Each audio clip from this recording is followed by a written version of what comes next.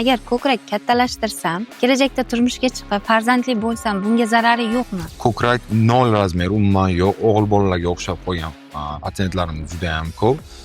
Biza ularga albatta implant, ya'ni silikon implantlarni albatta qo'yamiz va ularni ko'kraklarini 2-2,5 razmerga kattalashtirib beramiz. Jarohat joylari ham minimum umuman bilinmaydi. Sochda liniyada 3-4 santimetrlik kesma bilan implant qo'yiladi.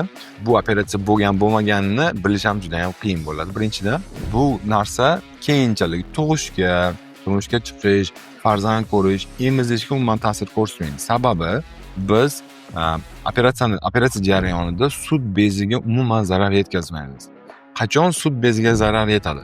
Biz juda ham katta ko'kraklar bo'ladigan bo'lsa, 5-6 razmerda juda ham katta ko'kraklarni biz kichiklashtiramiz. Ya'ni reduksionniy mamoplastika deydi. Patsient keyinchalik turmushga chiqishi, tug'ishi mumkin, lekin emizib bilmaydi. Sut bezi shunaqa narsaki, Alloh tomonidan shunaqa yaratilganki, sut beziga ozginagina ham xirurgik tegiladigan bo'lsa, sut kelish batamom to'xtaydi. Ko'krak kichraytirishdan keyin birdan bir muammo, bola emizib bilmaydi, sut kelmaydi.